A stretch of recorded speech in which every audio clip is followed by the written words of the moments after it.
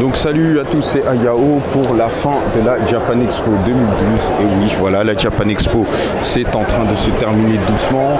Il est 19h passé, les gens commencent à partir, les stands commencent à fermer petit à petit. Certains restent encore ouverts parce qu'ils savent qu'il y a des gens qui vont rester, pendant un petit moment.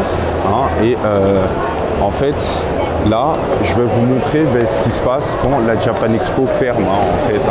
Vous allez voir que y a encore des gens qui restent parce qu'ils ne sont pas pressés, mais il y en a beaucoup qui partent. Ça part en masse. Il faut savoir qu'il y a eu vraiment beaucoup de monde en ce dimanche.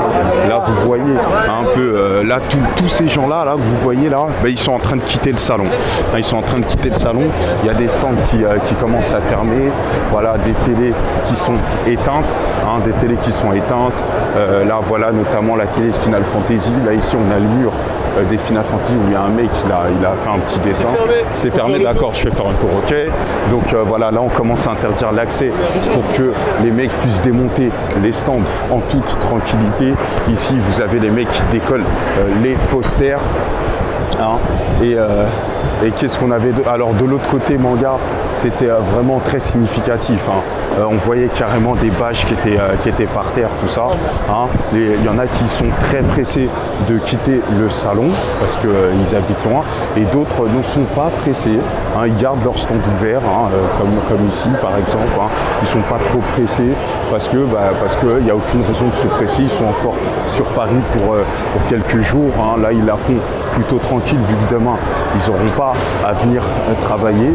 Donc moi là je suis en train de chercher quelqu'un précisément, je n'arrive pas à la trouver. Voilà, quelques cosplays encore qui se donnent en spectacle. Donc si vous voulez, c'est vraiment alterné entre les gens qui sont pressés de partir, que ce soit les clients ou des exposants, et c'est alterné aussi par d'autres qui sont là tranquilles, qui se prennent pas la tête, qui profitent du fait qu'il y ait encore de la place dans le salon pour pouvoir circuler et aller sur les stands et gratter 2-3 bonnes affaires qui restent à faire. C'est vraiment très, très varié, très contrasté.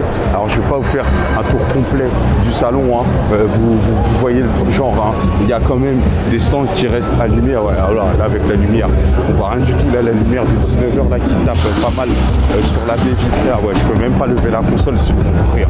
Voilà, des stands qui sont encore complètement allumés, d'autres qui sont complètement éteints. Voilà, des cartons, on est en train de ranger les trucs, des petites dédicaces qui sont en train de se faire. Voilà, là j'avance vite et je vais rejoindre le stand pour récupérer les 2-3 petits trucs et rentrer tranquillement à la maison. Je suis complètement exténué, mais vraiment c'était une très très belle Japan Expo. On a eu je crois que c'est la meilleure Japan Expo auquel j'ai assisté. Ça va faire ma sixième Japan Expo auquel j'assiste. La deuxième fois en tant qu'exposant, et vraiment c'était une très très bonne Japan Expo, très animée, très variée, bien mieux organisée que les années précédentes.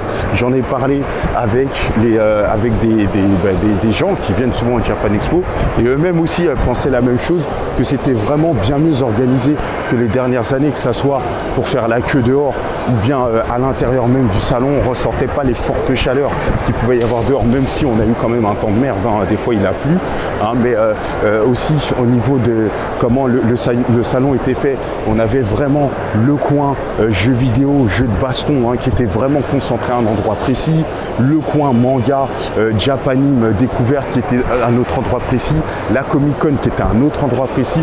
Donc du coup, tout n'était pas mélangé comme les années précédentes. Donc ce qui donnait des fois à des choses où les gens ne s'intéressaient pas, par exemple aux jeux vidéo, mais quand ils allaient dans des stands de Japanime, il y avait des jeux vidéo de partout, Voilà. Donc je vais m'arrêter là et je vous dis à tout à l'heure.